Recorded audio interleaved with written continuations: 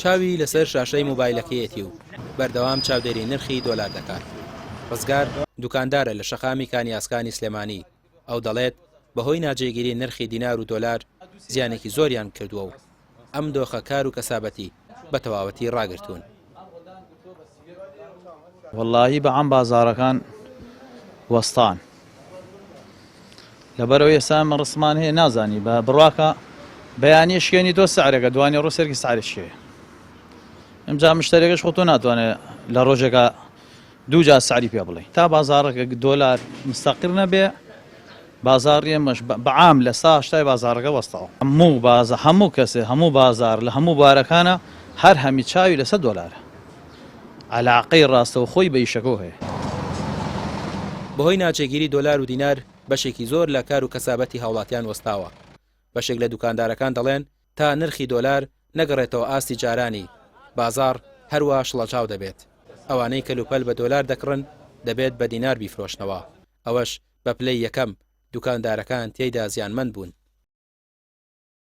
کابرا ترسیە بێ لە جێ خۆی وەستێ نەشتەکڕە نایفرۆشێ چاوەڕێ ئەماکە ئایا زیاتر بەرز دەبێتەوە زیاتر داوەزێتەوە شوێن خۆی کەس کڕنەوە فرۆشتنی وەستانەوە بەڵێ کەمتر بازرگانە کوڕە بازرگانەکە سێلێشەوە کابرا ئەچەی هێنە بە دۆلار لە بازار بە دیناری فرۆشێتەوە باشە ئێو دیناری کە وەرێگرێکسە نابێتەوە پارو نایێتە جیفانی بیگۆڕێتەوە بە گەڵاکە تا پارەکەی وەرەگرەوەی کا بە گەڵا لەولاوە کۆمەڵێک زەرری زۆرەکە ناشتوانی یەکسەر زیای بخێتە سەری خەڵگەڵەوە تا گرانی کرد و بازرگانەکان واو چی و چی و چی ناتوانانی یعنی تا تێگەێنی ئەم تێگەێنێ و تێگەێنێ و تێگەێنی نابێت لەبەرەوە زەرری زیاترە لە قازانجی وەستانەکە لە هەمووی باشترە. جێگری سەرۆکی ژووری بازرگانی سلێمانی دەڵێت بەشێکی زۆر لە بازرگانەکان کاریان ڕاگرتووە نازانن دۆخەکە بەکوێ دەکات حکومەتیش هیچ پلان و بەرنامەیەکی نییە بۆ ئەم دۆخە.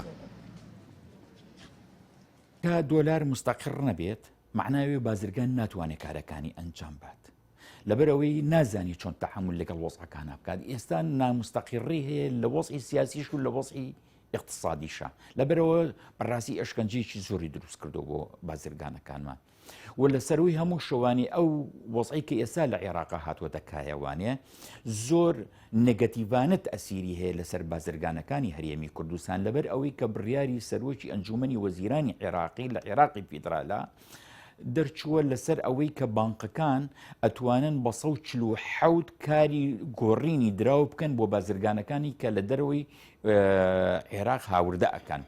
بەڵام مشم تاکو ئێستا شمولی ئەو بازرگانانە ناکە کە لە هەرێمی کوردستانایە بەمانای ئەوەیە بازرگانەکانی کوردستان دەستیان ئەبەسرێت ناتوان کار ئەنجام بن لەبەرەوەی دەرەقەتی بازرگانە عێراقیەکان نایەن.